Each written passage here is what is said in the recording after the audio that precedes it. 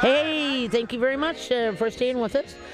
You're listening to the KDK9 Show. I'm here every Sunday from 4 to 6, answering your canine questions and occasional feline questions. And today's a special show. And I know, don't send me emails that I waited all week to call you, and then I didn't get to call and ask their questions. If you don't have a pet loss question or whatever, feel free to email it during the week, and I'll be happy. But next week we'll be back to the norms. I know hopefully we'll get some calls at the very end that we can answer if But right now we're doing pet loss, okay? So right now I want to introduce that just entered into the studio. Got a very crowded studio today. It's very cool. All these guests. I'm not used to having such a wow. Okay, right now from Minnesota Pets we have Dr. Rebecca McComas. Oh, there you go. Thank you, Brendan. And what she does is she does gentle euthanasia at home. Welcome, Dr. Rebecca. Thank you so much. You got to hit your button on. Okay, now say, yay, there she is. She's live. There you go. Thanks for having me, Katie. I appreciate the invitation. No problem. I've heard about you a while back, but Brendan has to turn off his mic in there because we can hear what he's doing in there. But Brendan's not listening. To the mic. Brendan, turn off your mic. She's all the way up. That's the problem. Brendan, turn off your mic. All right. So we don't have to hear or listen to what Brendan's saying. There we go. He's going to get a timeout. Okay. Yeah, there you go. He's timeout. But anyway, okay. So now how long have you been a vet? Let's see. It's not quite 20 years. Oh, going Lord. on 20 years. But Okay. I haven't been doing this for quite 20 years. We There just you go. started our practice last summer. And so it's been about, I don't know, just going on a year and a half. Okay. And then what made you decide to do in-home euthanasia? Well, it all started with my own pets, actually. Uh-oh. Is her mic being goofy? Doesn't sound like it's... we do have something going on here. We both have both mics all the way up. Okay. So I don't know, because her mic... How does it sound? Is it coming through? A little hollow. A little hollow. This is live. Can you tell this is a live show? Hold on. Okay. Try that. There you go. See if that's better. Is that working a There you little go. bit better? Oh, that sounds good. Oh, okay, Okay, very there. good. Not hollow now. There you go. Yeah, we're in a studio. It's Okay, not yeah, supposed to this is sound what that happens way. with a live show. So, okay, so once again, to repeat, this is Dr. Rebecca McComas, and she has Minnesota Pets Gentle Euthanasia at Home. And so now you started this, about a year and a half ago, 2 years ago? Yeah, just going on a year and a half ago. Okay. And the reason that I got started, I think you asked, how did I decide to do this? Two of my dogs, unfortunately, passed away a couple years ago. Okay. And both of them, of course, we decided to, when we had to consider euthanasia, we only considered doing that at home. Okay. I never would have ever thought of bringing my pets into the clinic because they were very scared there. Okay, yeah. It's a place where I'm very comfortable and familiar, but they were not. Exactly. And so then now with Minnesota Pets, now people can get a hold of you, and do you help them with the decision?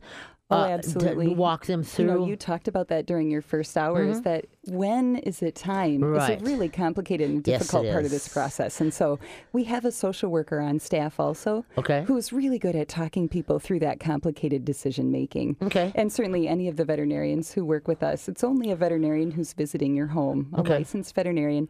And any one of us can help people talk through some of those difficult decision making questions that come up when is it the right time. And when...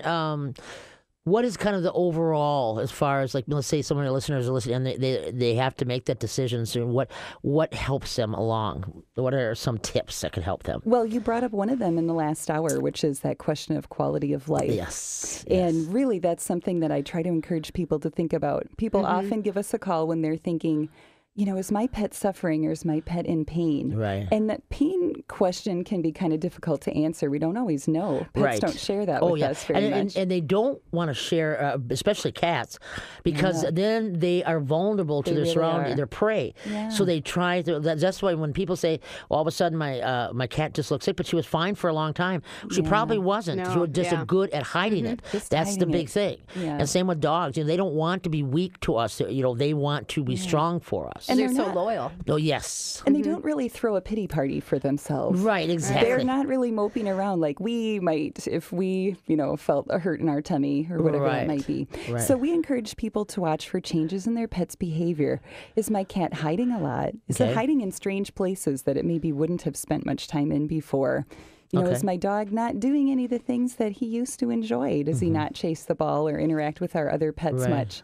Really just kind of quieting down. Maybe appetite goes down. So some of those kind of things, we just spend time really listening to people tell their pet story. One thing that I feel that some owners are really hooked on is the age. Okay, I have a lab that's 10 years old. He's getting old. And you know what? Age to me is nothing. You know, whereas, because there's some people that are 22 and you swear to God they're 99. You know what I mean? The way they acted and such like this, you know? But then on the other hand, you have some 99s that act like they're 22. Oh, absolutely. And so I tried to deter people to get the number out of their head and how old that dog or cat actually is, and just look at the dog. You know, as we get old, you know, I used to play softball on 3 different teams. You know, and I mean, I enjoy, if every night I had, or every week I had 3 games to play. Man, if I had to do that now, it would not work. Yeah, well, I would not. yeah. I'd be hobbling to the second game. But so the thing is just because I can't do a lot of what I did do, but I'm still able to do a lot of things. You know what I mean? And instead of like some people throw that ball, you know, 100 times for the dog. Well, now it only goes out and brings it back maybe 5 times. Yeah. Oh, I'm going to be losing him soon. And see, that drives me nuts. It's just like, not necessarily. don't think along that lines, because as we get older, there's a lot of things we slow down in, and same with our animals. It doesn't mean we got one foot in the grave. Yeah.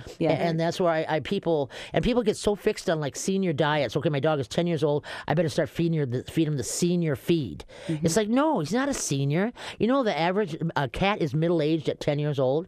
Did you realize that? Wow. I hear more people tell me that, oh, my cat's old, he's 10. It's like, no, he's not old. I have an old cat. She's 23 years old. That's old cat. That is okay? old. Yeah. But so the thing is, but so many people get hung up on those numbers and almost anticipate that, okay, I'm going to lose my dog. You know, he's 10, and you know, maybe I got another year or 2. Don't even go down that road. Just take life as it is, the way it is. Yeah. Yeah. And aging, you know, many pets age very gracefully. Yes. Very beautifully. Yeah. And it's those other things that start happening where, you know, suddenly the pet isn't eating the way that it should be. Right. Or can't get up and down the stairs at all without someone carrying. Right, or- yeah. Those kind of signals are maybe a little bit more dramatic. Yes. That's maybe not just that graceful aging, but things are starting to maybe shut down. And But I know there's owners of some of the bigger dogs where they literally put them in a sling They and then do. get them out to go potty. It's like, hello, come on, look at the pet's eyes. yeah. And that's one thing I mentioned to a lot of people is that look into their eyes. The eyes are the mirror of the soul. And sometimes they'll look at you, you know, you can see they're tired and they just don't have, you know, I want to be here for you, but I just can't now. yeah. You know? That's right. And people describe that too about their pet. They tell us that, that I noticed a change in the way that he looks at me. It's almost like he's asking me that, can you help? Yes. That kind of Yep, helping look. yep. Definitely. Okay, let's see. We got a couple pet loss. Why don't we try taking a call right now? Okay, we have Don up first, who has pet loss for a doggy. All right. Okay. That was not for those of you that didn't sound like Brendan. So that Brendan, you want to Are you sure? introduce? That was just a great impression that I do. What? Do you want to introduce her? Yes, that this is voice that came Olivia. from nowhere? Olivia is training to be a new producer here on the weekends, All right.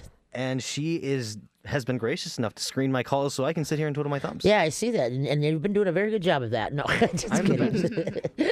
Okay, who's up to bat here? We got Dawn. Yep, we have Don. Okay. Hi, Dawn. How you doing? I'm okay. How are you? Good. What can we do for you today? Well, I lost my 9.5-year-old Akita 4 weeks ago yesterday. Okay. She had bloat and her stomach twisted. Oh, bummer. She was my best friend. Oh, I mean, yes. the love of my life. Yeah. And I'm having a hard time, and my 6-year-old Basset German Shepherd mix, Tucker, is having a really hard time. Yeah, and that's a lot of people don't realize that too. The dynamics of when you have multiple pets, even cats and other dogs. When you lose a pet, whether it be a dog and then you still have a cat left or whatever, that dynamics does pick up on that. You know, they grieve just like we do, and Yeah, so he doesn't like his chew toys anymore because I think it used to be a game with him and Nikki. uh-huh. And now I think he doesn't have that game anymore, so he doesn't, Well, eat the his raw dynamics. hides or... Yeah, the dynamics change though, and so what you can do with that though is that what you got to remember is there again, dogs are very intuitive on our feelings. Okay, Yeah. if they feel like we're really sad, they kind of mourn with us, but yet at the same time too, they're feeling sad.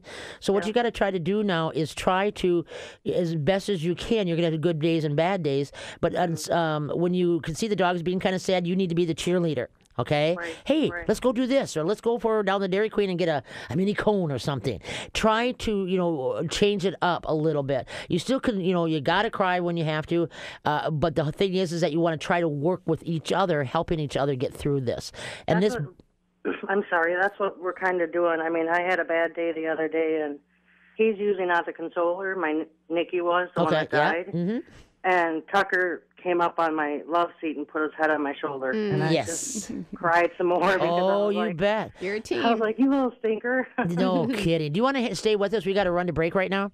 So stay with us so we can talk to you more when you get back, okay? Don't touch the dial, folks. You're listening to Katie K9, and today we're talking about pet loss. MyTalk 107.1.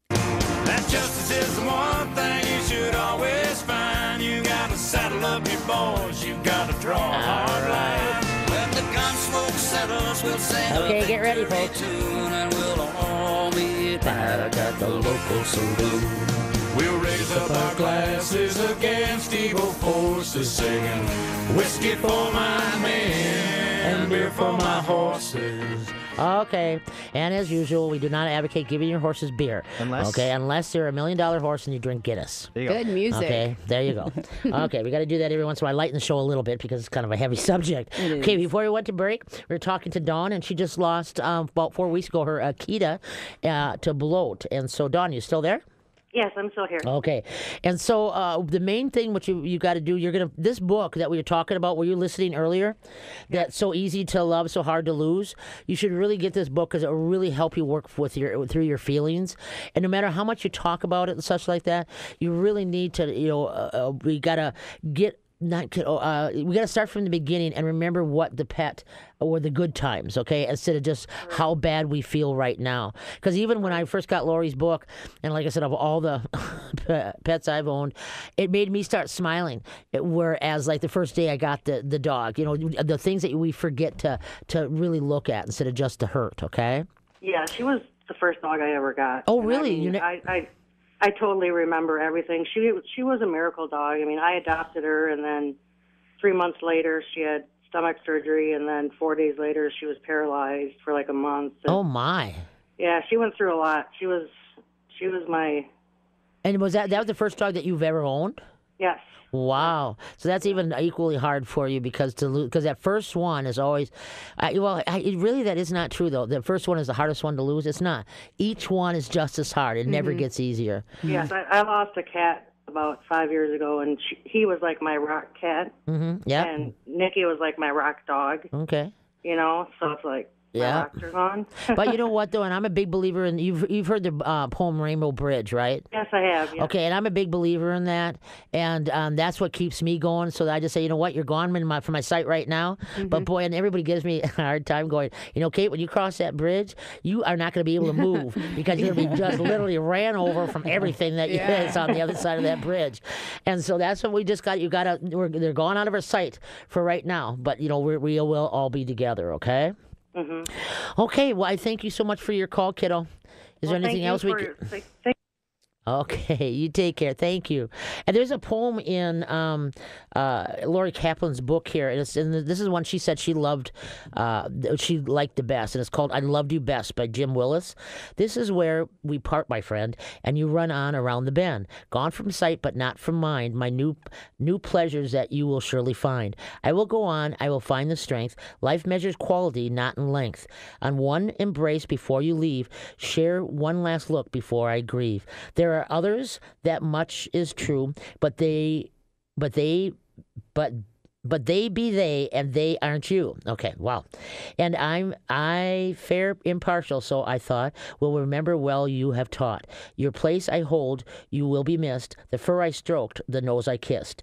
And as you journey to your final rest, Take With You, I Love You Best.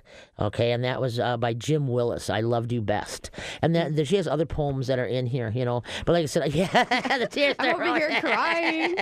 Well, that's why I was worried if I was going to get through the show. Because, Yeah. you start drumming up so many feelings, and it's just, like, oh, geez, Jiminy Christmas.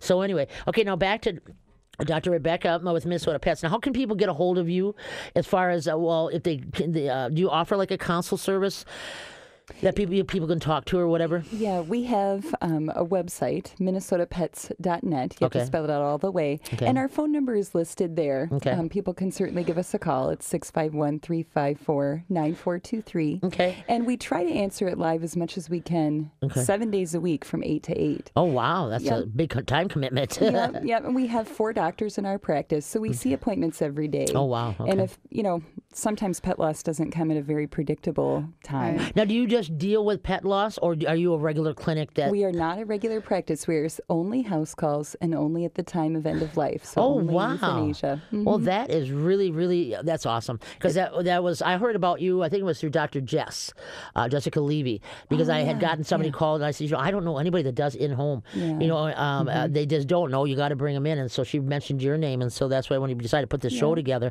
it's like, oh, you'd be ideal to have on this. Her website's really neat. Yes. You can, when you go on her website, you can click, and she has this really neat video. Yes. That is love really that. a nice one. Well, thank you. It's was just helpful. meant to answer questions. A lot of the questions that people have, sort of demystifying a little bit about what is this process like and what happens. Right. It's quite peaceful. That's helpful. Yeah. And it does make a difference when the animal can be at home, because, like you say, the being scared at the vet. All the vets when they're dogs when they're healthy, you're dragging them up the sidewalk like, I really don't want to go in there. Putting on the brakes, and then before now you get they to don't the feel door. good. They're on the edge, and then you got to bring them in. So that's why this in-home is just phenomenal. I just emailed her and I said, I'm like, that's such a beautiful service to be in your home when you pass. And I was telling her that my husband and I were walking up the driveway, and his father's in a nursing home. And I go, wouldn't it be nice to be able to pass away in our home and not in a nursing home? Yeah. So why would it be different? And some people need to have the closure outside of the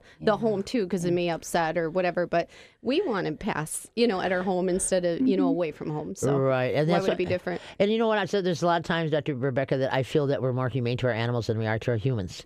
I know. And it's really kind of sad. It seems like it would be nice to have these choices for our human companions too. Yeah. And I know it's real complicated in lots of ways. Oh, it's good that we have this simplicity in a sense with our pets. It really is. My husband always says he wants to come back as my dog. The treatment was pretty wonderful. He's like, man, I wish I was your dog. I know it. Okay, we got another caller. Who's on the line there? We have Sue on the line, and she has 2 different dogs, and then she's dealing with a pet loss. Okay, sounds good. Hi, Sue. Are you there? Hello, Sue. All right, Sue? The technology, isn't it great? It's great when it works. The gremlins are coming to get us. Okay, we'll see if we can get Sue back. Otherwise, we'll go back to see if we can find Sue, if you're listening, call back. I don't know where you went. But anyway, just gremlins. But anyways, so what's some advice that you can help the people that are, let's say they're on the verge of... Apparently it was just all too much. They're on the verge of, how do I make this decision? Some encouraging words on, I know it's a bigger aspect of things, but just some simple things that can help listeners. Well, I think one of the things that I talk about with people is there are not a lot of things that we have in our control. Often they don't have any control over what's bringing the end to their pet's life, whether it is cancer, for example, like you talked about earlier on your show. They can't choose the why. Right. But what they can choose is the how and the where and the when. And that gives people some measure of control over something that may feel very out of control. That's... And it's okay to plan for that time with their pet. It doesn't have to come as a surprise or come in the middle of the night. Right. It can be something that they think about, getting other family members to be a part of things. If children are away at college and they want to come home for the weekend and be with the pet, be with the family during this time, it's very good to think about those last few days or that last week that I have with my pet, and what's important for us to do during that time, whether it is going to Dairy Queen for the last ice cream cone that they shared together. I hear about a lot of McDonald's cheeseburgers. Things, that are really very special moments that are happy that they can bring to the end of their pet's life. And there seems like sometimes once you have made the decision, you're going to, like with a week, I had a week with my Elsie, but then it seems like the dogs kind of rally.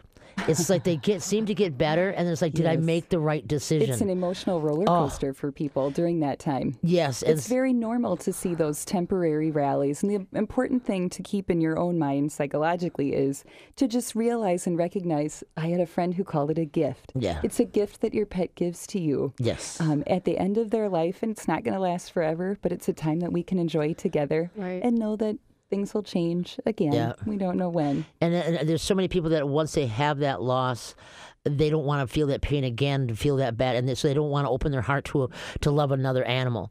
And with that, I say I will never be without a horse. I mean, if I'm 99 and a half, I will have a horse I can go out and smell, touch, and just pet the nose. Just be with them. Just be with them, And I even though I've lost 4 horses in my life, and yes, it hurts, but and I never. And this is one thing too, people listen. You're not replacing. If you go out and get another pet, you are not replacing. You're not doing that pet like the memory. It doesn't dishonor them to love another pet. Yep. And everyone comes to that on their own time frame. I think for some people, they go out the next week and get a pet, which is wonderful. They're sharing their home with another bouncing, living, loving creature. For other people, it takes longer. Yes. And they have to wait a while longer. People just should give themselves space. One thing that Lori mentioned in her book, So Easy to Love, So Hard to Lose, is that one way to kind of tell if you're ready for another one is if you can talk about the pet that has passed. Without crying. Yeah. I mean, you'll get tears in your eyes. Brody, who I've lost, oh my Lord, I think 15 years ago, maybe, 15 years ago.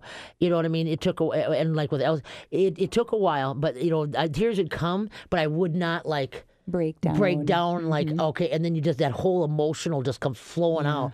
So when you're ready, that's when you can kind of a little bit, if you can talk about that pet and be able to and laugh and share the happy stories and the memories are that's happy. About the book, like Snort Special Gift, because they are a gift. I went through so many titles. Am I going to name it this or am I going to name it this? And I'm like, they're such a gift, and I believe that's what Snort was to us as a family, but everyone else, like your callers. They're beautiful gifts. And there's a lot of people out there after a pet passes, they go to pet communicators. They want to know if their pet is okay.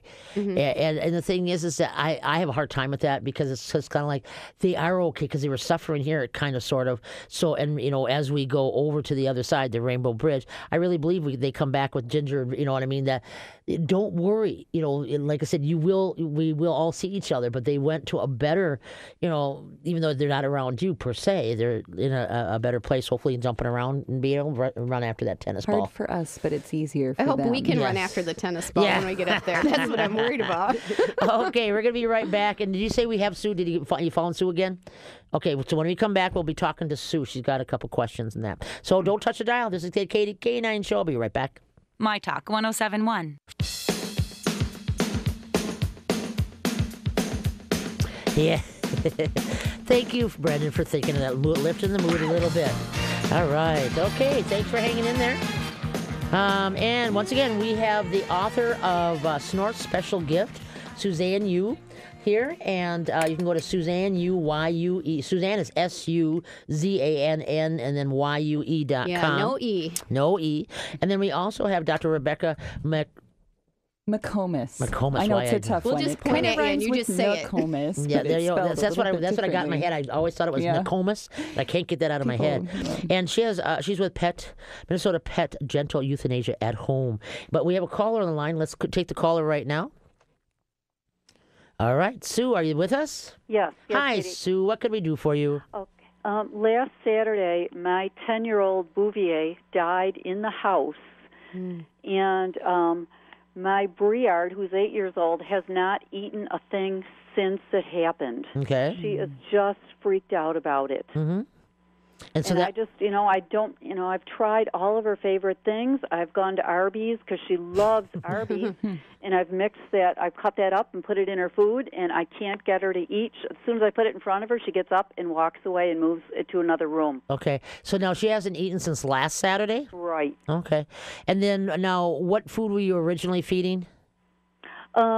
Is it a dry food? Yes. Okay. And then I just mix in some of the Arby's, try to get her to eat. Yeah. Just get away from your regular kibble food that you're feeding, and just bring out, make her an egg. Right now, what you have to do, sometimes, same what happens with people, when we go through a traumatic experience and such like that, our sensories kind of shut down, and then we kind of forget to eat, and then after a while, it's like, I don't care to eat. But then all of a sudden, if does the right thing tantalizes your taste buds, it kind of brings you back, okay? Yeah. So right now, what you might want to do is maybe cook up some brown rice with some chicken and chicken broth. Okay, just try different things. Just to, even just a little bit is better than nothing. Don't worry about they get back to their regular schedule. It will come, but just kind of nickel dimer. As far as like offer something in the morning, something in the afternoon, just something. Half a peanut butter sandwich. No, not peanut butter sandwich. Frosty Paws. There you go. Just try the different things. But usually when you start cooking for them, like hamburger and rice, chicken and rice, something like that, really does bring the aroma out. And so that that gets them going. But that dry food is kind of like, not so much. I'm not that happy with it right now. So you just bring out the big guns. Try, like I say, doing some cooking stuff for them, okay? Okay, all right. And did you say that an ice cream cone is okay for them? Well, it's called Frosty Paws. Well, it's kind of made for dog I know ice what cream. Frosty Paws is. Yeah, I wouldn't go real crazy with a whole bunch of it, but I would sure try one or two to get things started. Because I think Katie's exactly right. Once your dog gets started eating again, then the appetite will come back. Starts. Yeah, and that's the same thing with people. They go through something and they just kind of shut down, and then they're drinking a lot of water, but they're sleeping a lot. They're depressed, and that dogs go through the same thing. So that's why you just want to like I said, scrambled eggs. Usually scrambled eggs pick up most dogs. I tried that. It didn't work. Okay. And then, like I say, try the brown. Just don't make mass quantities of anything. Yeah. Just keep throwing some stuff, the dogs away, and be very happy about it.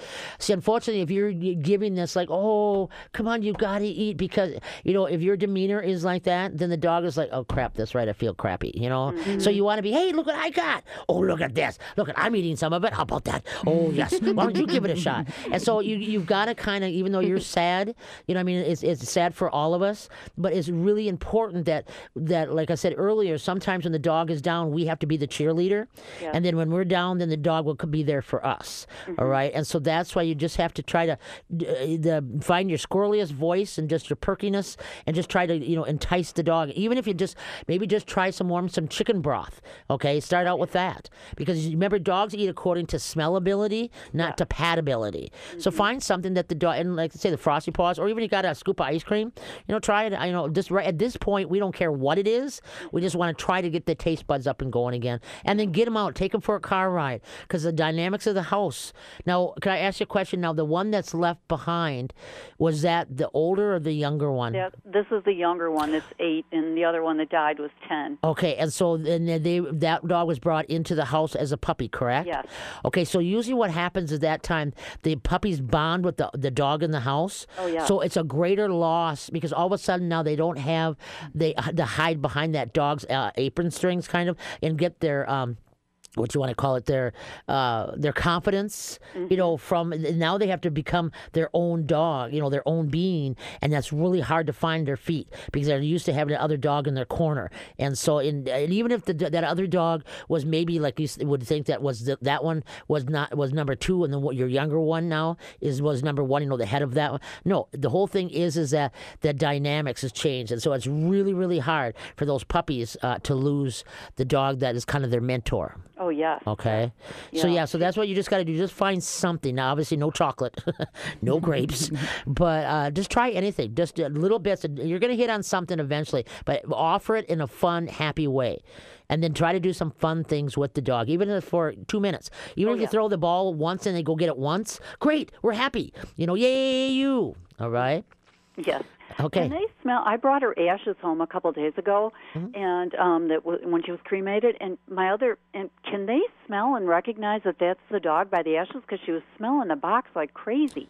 My thoughts on that would be yes. Just, I don't know for sure. I would definitely say yes, just for the fact that we all have an individual, and guess burning, you're going to take some of that scent away. But the thing is that I really believe there is something, because dogs' smellability is so heightened that I believe there is something there that definitely that they pick up on. Oh, okay. And so just make sure that they don't get into the box. I had that happen to one of my girlfriends.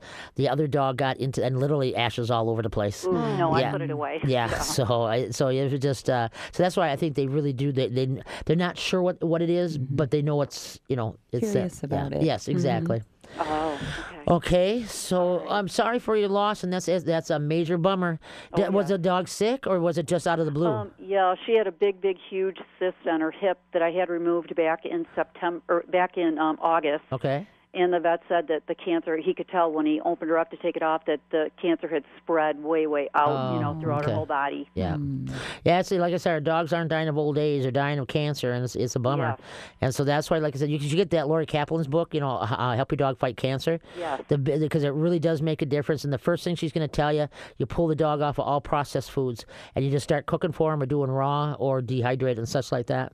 Oh, yes, I'm definitely going to get that book. Yeah, it is really way cool. So thank you so much for sharing it with us, folks. Good luck. And if you got any questions, you can, give Dr. Rebecca a call down there, if you need to talk to somebody or whatever, okay? Okay, thank you so much, You bet, Katie. kiddo. Take care. Bye-bye. Yeah, I know today's kind of a sad day, but the thing is, though, is that you got to find the light. Light in it. And that's why with your book, Snort Special Gift, the direction you took in this book, I was really impressed with, as far as Savvy's. Because you have one when I got to in the middle of the book here, where you you have one page in the center of the book where you show the dog, on the table, and then Savvy's look in, and by gosh, that illustration right there, that look right there on that dog's face, that was a hard just one to look at. melted me. Yeah. And so the thing is, and that's all you did. You let the imagination. Right. You didn't put any words on these pages or anything, and then what Savvy did. Now explain what she did, is how she came up with. With the story, all the lessons that were in the book, I journaled, and Savvy and I talked about. And that's your daughter. Yep, Savvy's my daughter. And if you look at the book, it looks exactly like us. I'm looking pretty hot in there. But you can resemble. I go into a pet store to drop off books, and they're like, "Oh, you must be Savvy," and stuff, because Lynn did a great job. And when I started this process, our vet is Dr. Williamson from Oakwood Pet Clinic, and she's the one that put Snort down. And I was telling her, I'm like, I want to write this book. She goes, the one thing is make sure you make it realistic so other vets can refer this out, because sometimes they say that can confuse kids, like, we're going to put them to sleep. Well, kids don't want to go to bed. Right. Or you say they're going to give them a shot. Yeah. And then they think, oh, I don't want to get shots. Right. So we made sure that section, I even had her review it a couple of times. She goes, nope, it's not true enough. Whoop, it's not true enough. So I had to get through that part. And then when I had her saying goodbye to Snort, she wasn't in the room when it happened, but she was saying goodbye. I could there were no words, because every person has been there, and you don't have to say anything. But the rest of the story, I don't want the listeners to think it's a doomy gloomy book. No, it's not. That's what's so neat about it. That's what I love about it. You turn it around. Yes, you do. You deal with it. Here's Snort. This is who she was. Snort gets sick. Snort is at the vet. Okay, now we had to put Snort down. Then we planted a tree, which is awesome. And we did the pine tree so that every year you can decorate it in remembrance of her. Right. But then this is where the book took another one, whereas I was really impressed with, is what your daughter did, is how she sat down and started writing her Snort story, what she learned from Snort. Right. And that is why it's such a good book for both adults and for kids, because of what the animals have taught us, instead of reliving that pain and the loss and stuff like that, and how to get over it. Now we're going to move forward, and this is what the dog taught me. Right. So why don't you take it from there? Well, Oh, me? Yeah. I thought it was your buddy supposed to say commercial. There you go.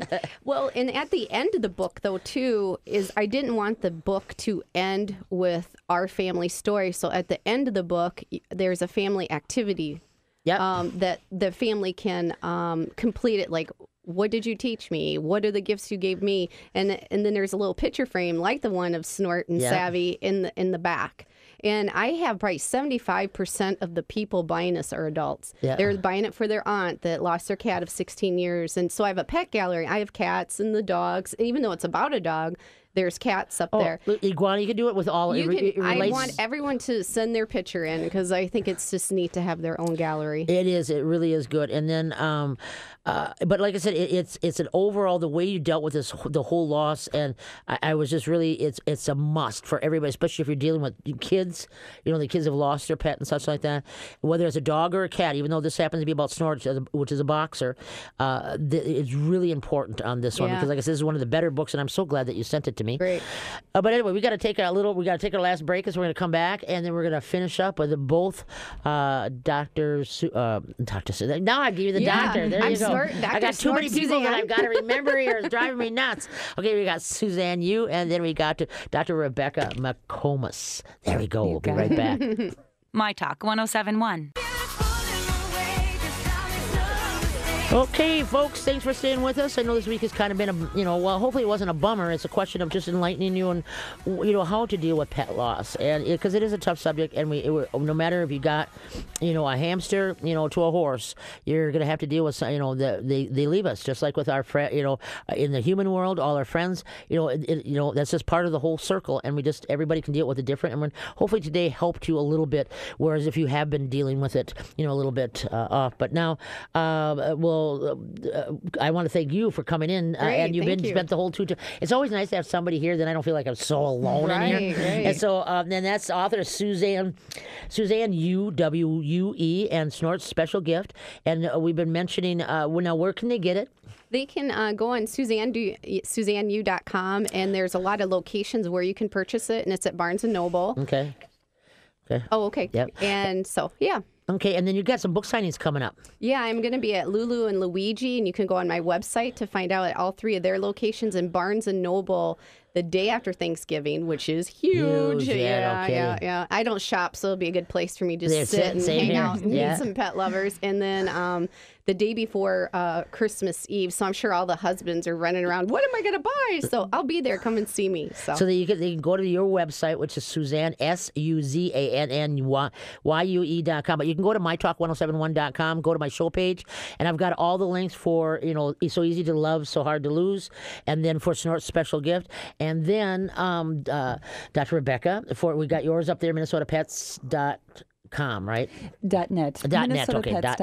Okay. Yeah. Did you double check that, Brendan? Cause I can't remember if I put net or com on hers. We have it up. Okay. By the way, hey Katie. What?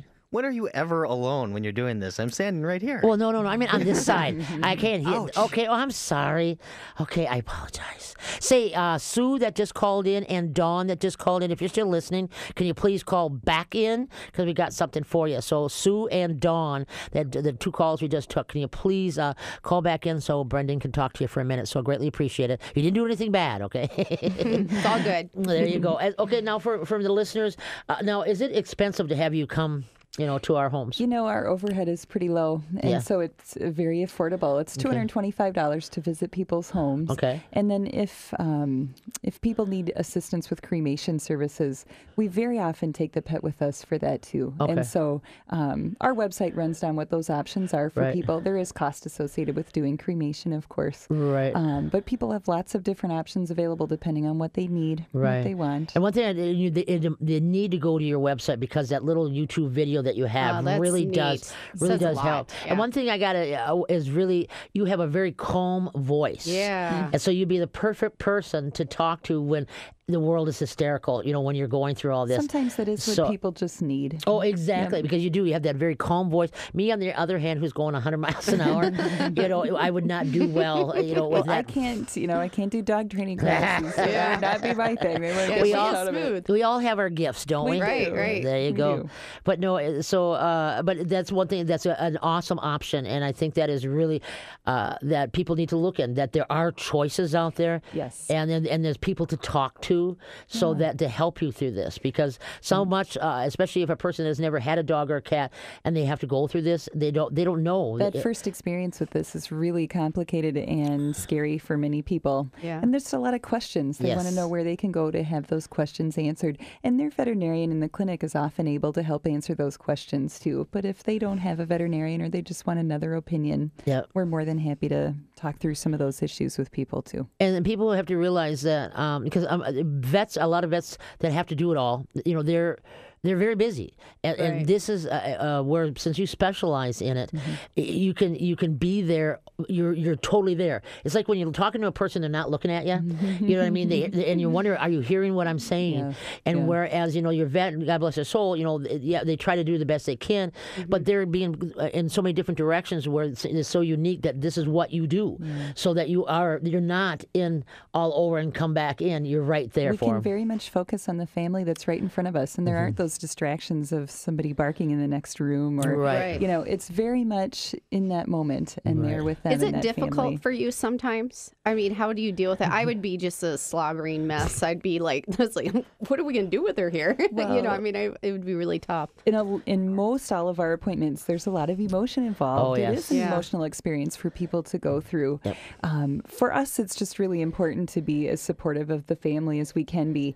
And I do feel emotion during these appointments. Some of these pets are the most amazing animals ever. And all of them are amazing in their own way with their own family, but really they do touch us too. And it can be difficult. Our veterinarians, when we get together, we just share stories with one another and talk about our experiences. And it can be difficult at times, but I think all of us just feel sort of a calling to do this work. It's very much something that we're comfortable with. We, tears don't upset us. It's okay to be with people. And who are people, that's your gift. So certain people are put in certain things because they can deal with it. There's something about who you are that you can do. You can be all there for them. You know what I mean, and which is really sorely needed, for the people wise, and then for the and to maintain, and so that's your special gift. So I greatly thank you for your voice. I just call you to listen to you. It's like, ooh, this is cool. Yeah, exactly. You got that. Just that calmness, that steadiness is what it is, and that it's is beautiful. Yep, and so that's why. And also now, so you came to my home, and we went through, and I had to put my pet down, and so there are other options. Like if I choose to bury him at my house, then I can do that. Or if you want cremation, you can either do individual cremation, or whereas this pet is, and then there's what they call a group cremation. If people don't wish to have their pet's ashes come back to them, we often do that then as a group cremation. Okay, and it's more obviously less expensive, to do something like that, than the individual cremation. So there are options. So I encourage everybody to go to their website so that you can Minnesota Pets, spell out Minnesota .net, and then she's got a little YouTube video there that really is way cool, and then it lists all the prices and stuff like that. We pretty much spell everything out there for people to think it over. That's nice, because sometimes you have to call and you're like, I wonder what the price is, and then you just get the whole thing right there. And it's nice. It's a very it's not a complicated website. Some of these websites get so complicated, it's just like I don't know where to go anymore. Simple to navigate, hopefully. But so hopefully, like I said, and one thing that I want people to think ahead is instead of waiting to that last where you got a week or something, this is going to be something. So make it down, because like all my pets, they're buried at my place. We got a farm, and so I've got my cemetery that's between. We have a big hoop driveway, and that's where they're all at. But a lot of people don't have that. In the cities, there isn't that option, and so that's why it's something that you need to set up ahead of a time, get scheduled and stuff like that, so that when it comes, you are prepared. As far as instead of running around, what do I want to do? How? And just like with people, I wish people would say their wishes, what songs they want played at the funeral. Just deal with it. It's gonna come, and so instead of you being half out of your mind and not knowing what's going on, just get it squared away and buy this book, So Easy to Love, So Hard to Lose, and to help you walk through the process of, okay, when is it going to be time, or now they have died, now what do I need to do?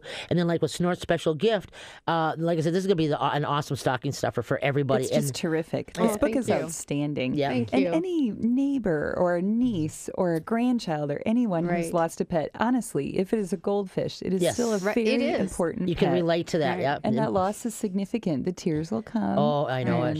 Yeah. The book will help. But it's all good in the end. You know. Well, that's exactly it. You know what I mean? We get over that. It's a bump in the road, and we'll get there. Now, did Sue and Dog call back, Mr. Brendan? They did. We took care of them. Yes, good. Thank you. There is one more. Yeah, I know. We'll have to figure out something about that. Maybe next week we'll hold on to it for next week and give it away. Fun. But so what we did is Sue and Dawn, we gave them a copy of Snort's special gift, and you're gonna love it. Believe me, you're gonna love it. But anyway, so once again, where are we at here? We're almost down to the 30 seconds. Thank you, Dr. Rebecca. Yes, I know it does. This is my life for and every she week. gives you candy too. Yes, she did candy. Thank you, Brandon. That. Thank you. What was your name? Olivia. Okay. Thank you, guys. Email me go to Katie's K9 if you got questions that you didn't get in this week. Next week, we'll be back to answering your regular questions. Go to mytalk1071.com, and you can find out all the great stuff that we did today. Take care. Have a great week. And don't hide your dogs. Train them. And Dishing Up Nutrition is coming up next. Happy trail.